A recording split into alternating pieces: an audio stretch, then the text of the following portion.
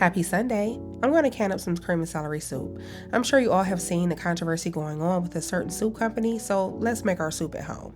Now, what I have is this celery here that was a part of the produce pack that my neighbor gave me, and I washed it really good and I diced it up. And I made sure I got as many strings off of that celery as I could. I used some yellow onion diced up, and I'm going to take about 5 tablespoons of unsalted butter, and I am going to put that in my pot so I can get it to sweating down some. Now, I'm also going to add some minced garlic in here. I cannot give exact measurements of the garlic and the celery and the onion because I just used what I had. Just use what you have and just kind of gauge it that way. I do have some Redmond's real salt. The real salt will pull the extra liquids out of it to help it saute down a lot faster. And while I have the sauteing down, I'm going to check my canning equipment, which is an important step. I want to make sure my air vent is clear and then my rubber gasket is oiled up for this next pressure canning session. After it's sweated down, this took me about 15-20 minutes. It may take you a little longer if you don't have your heat up to a certain temp.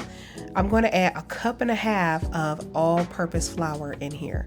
And I have my baby boy helping me make this today. So I'm pouring the flour and he's doing the stirring.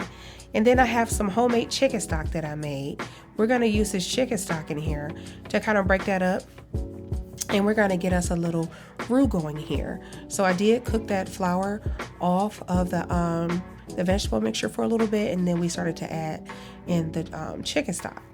Now, this is how thick it is. It's way too thick, so I'm going to add the rest of the quart of chicken stock. You do not want this to be thick when you can it, okay? Now, I'm mixing this up really good to make sure there's no lumps or anything like that, and the only chunkiness you see should be your onions and your celery.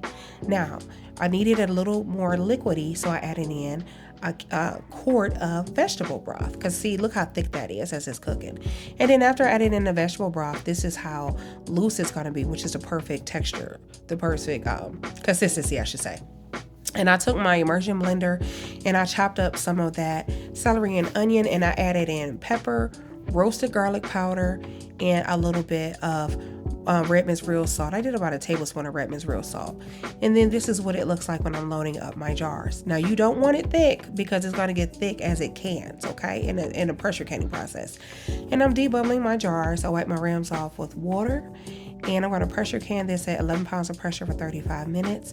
This is my homemade cream of celery soup. Again, this is not USDA approved, but it's how I do it. Happy canning.